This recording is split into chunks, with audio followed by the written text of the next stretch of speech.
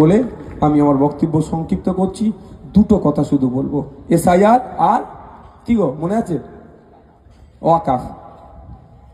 মমতা ব্যানার্জি ওয়াকাফ সম্পত্তি বাঁচানোর কথা বলেছিল 2011 সালের আগে। তিনি ঘোষণা দিয়েছিলেন ক্ষমতায় আসলে ওয়াকাফ সম্পত্তি উদ্ধার করব। এই নওশাদ সিদ্দিকী বিধানসভার মধ্যে দাঁড়িয়ে মমতা ব্যানার্জিকে প্রশ্ন করেছিল যে আপনি বলুন কত বিঘা ওয়াকাফ সম্পত্তি উদ্ধার করেছেন আপনার পিরিয়ডে।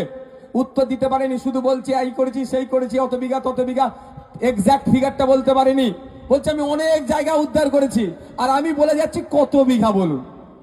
কিন্তু দায়িত্ব নিয়ে বলছি উদ্ধার হয়নি, বেহাত হয়েছে। আর ওয়াকাফ সংশোধনী আইন মানব না বলেছিল, মেনে নিয়েছে। কারণটা কি জানেন? মমতা ব্যানার্জির ক্যাবিনেটের মিনিস্টার ওয়াকাফ সম্পত্তি চুরি করে বসে আছে। তো মোদির সাথে হয়তো সেটিং করে নিয়েছে, যতটা লুটার আমি লুটেছি, বাকিটা তোমরা লুটবে, আমাদের গুলোতে হাত দেবে না। এটা হতে পারে। আর একটা তথ্য দিয়ে রাখি, অভিষেক ব্যানার্জির যে অফিসটা আছে আপনারা জানেন, ক্যামাকি স্ট্রিট, ওইটাও